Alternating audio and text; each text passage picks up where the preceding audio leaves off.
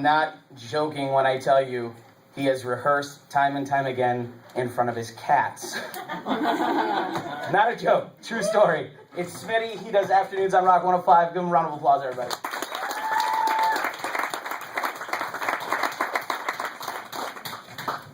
He's not joking. Who's heard me on the radio before? For those of you that haven't, I do this thing called Stuttering Smitty, so if I get through this with, able to properly speak, I'll be really fucking surprised, all right? But on top of not being able to speak, I also, when I do things like this, doing things prepared and rehearsed, I get insanely nervous. So if you see me up here, start shaking, get red and sweaty, look like I'm hitching my breath a little bit, doing that thing, and I look like I'm blanking, that's because exactly what's fucking happening, all right? But check it out, the reason I'm up here doing it, even though I'm really nervous, it's a bucket list thing. Everybody's got a bucket list, right? On my bucket list, Army, done it, check. Which, by the way, if it's something on your bucket list, you gotta do it, right? Don't say, I gotta do it, and then never do it, all right? Army, skydiving, check. Radio, check. Boxing, check. Comedy, check fucking mark. So congrats to me for doing it. Yeah. Also, what used to be on the bucket list was a threesome. Of the two female variety, I might add. I gotta be clear on that. But, like I said, it used to be. Not because I ever did it, all right? Because I just figured a long time ago that I could really only disappoint one female at a time. But it used to be on the bucket list. While it was on the bucket list, I had the opportunity to do it, but I didn't. Here's what happened. I was driving a cab in Traverse City, and two chicks got in the cab. In the wee hours of the morning, made it very clear what they wanted to do with me. And I go back and forth between the reasons why I didn't do it. The first reason that I've actually tried to convince myself of, I was in a pretty serious relationship at the time, and I've always prided myself as being pretty loyal. Not pretty loyal, loyal. So I actually tried to convince myself of that, right? But that's not why. The real reason, I don't even know how to put this. I'll do fat. And I'll do ugly. But I'm not doing fat and ugly, I'm sorry. It's just not happening. And these girls were terrible. They were so bad. I'm sorry, it's bad, I know. But the thing is, with even how disgusting they were, I was really tempted. Really tempted. And there were, again, two reasons why I didn't do it. The first being, better put, the two reasons why I was tempted to do it. One, just so you can say you did, okay? You don't need, whoever you're telling the story to doesn't need to know that they were disgusting, okay? And then two, we're terrible people. We are. I'm not talking about men. I'm talking about me, because women do some really stank shit too. Human beings are terrible. You know we are. Like, we really only have the urge to eat, to fuck, and to make war. We're like glorified chimps. Okay? So, there's really no moral or good end to this story. I just wanted to express that the reason I didn't cheat on my girlfriend is because I'm shallow. Alright? She's over there too. Who likes to watch people? Anybody like to watch people? You hear this shit all the time. I just like to watch people. I don't understand that shit, man. Because, like, a lot of times, most of the people that I see in general, they just have shitty looks on their faces. They do. It's like this. I even invented a sound for it. That's what they sound like. You can spell it like this.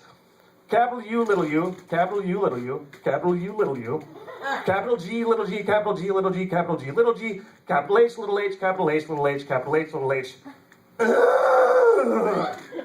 You guys do it. Isn't that fun? That's fun. Try going to the mall. Hey, I need water. Try going to the mall. Grab some Sbarros, sit down in the food. Do they still have Sbarros? All right, it's been a while. Sit down in the food court and just watch random people. You know, the mom with her kids getting lugged around. The fucking dude working at Sbarros. go to the cherry festival where people are supposed to be having a good time. You know, people are on vacation, but what is vacation? It's a fucking chore, right? I look seriously, ask Carmen. We have a booth set up every year, and just everybody getting lugged to the next wonderful Northern Michigan cherry product booth has this shitty look on their face. I'm not excluding myself. Like, I watched a sweet 3D movie a couple months ago. It was great.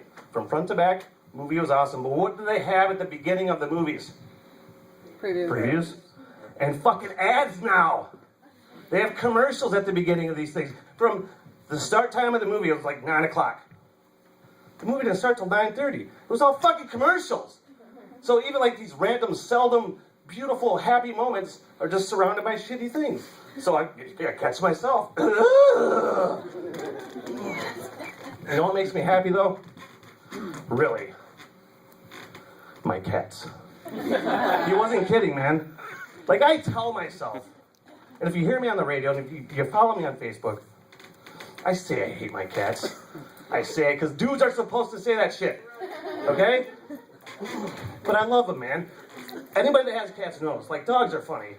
The cats are fucking hilarious. And cats are so soft and snuggable. Seriously? You can tell I'm single, right? Right? But I'm a first-time cat guy. I've had dogs forever, all right?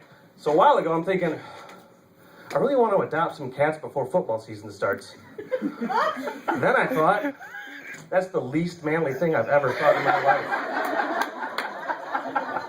Then I thought, those words have never been arranged to make that sentence ever in the history of the fucking world. I wanted to adopt some cats before football season starts. Jesus. I'm becoming that guy. I'm 5 years away from becoming that guy. Good God. See? See how I do that? My huge fan of stand-up comedy, and my hero in life is George Carlin. So I figured it would only be fitting and appropriate if I closed out my first stand-up gig with some of my own George Carlin column. The little things we share, similarities. You remember that bit Carlin did? So I'm going to do a couple of my own before I get out of here. You know when you put on polarized sunglasses and you look up at the sky and it's like you're inside of a 3D movie? You can see the fucking layers of the clouds. Everything is visceral. And I don't smoke weed, okay? And you look at the sky and you think, I feel like I understand meteorology now. Really? And then you realize, fuck, I'm driving!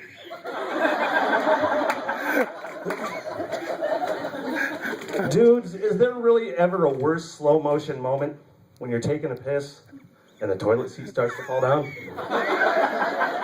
Right? Because what do? The first thought that goes through your mind, I can't let the toilet seat hit, it could break. It might not even be your house. You don't want to be responsible for a broken toilet seat, right?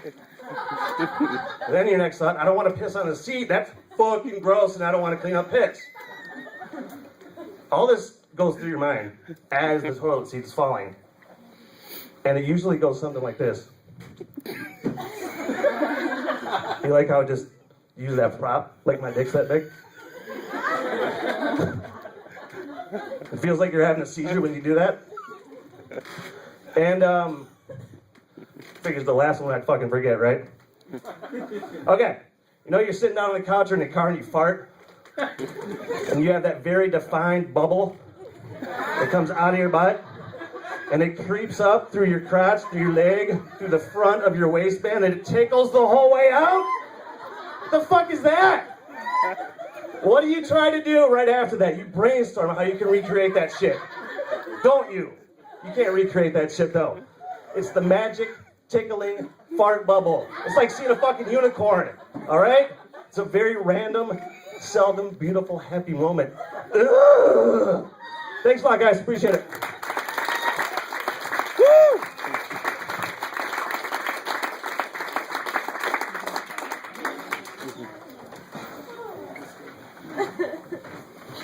All right, so that was our fifth comedian out of 10. I think we're going to take a short break. Usually that's where we do an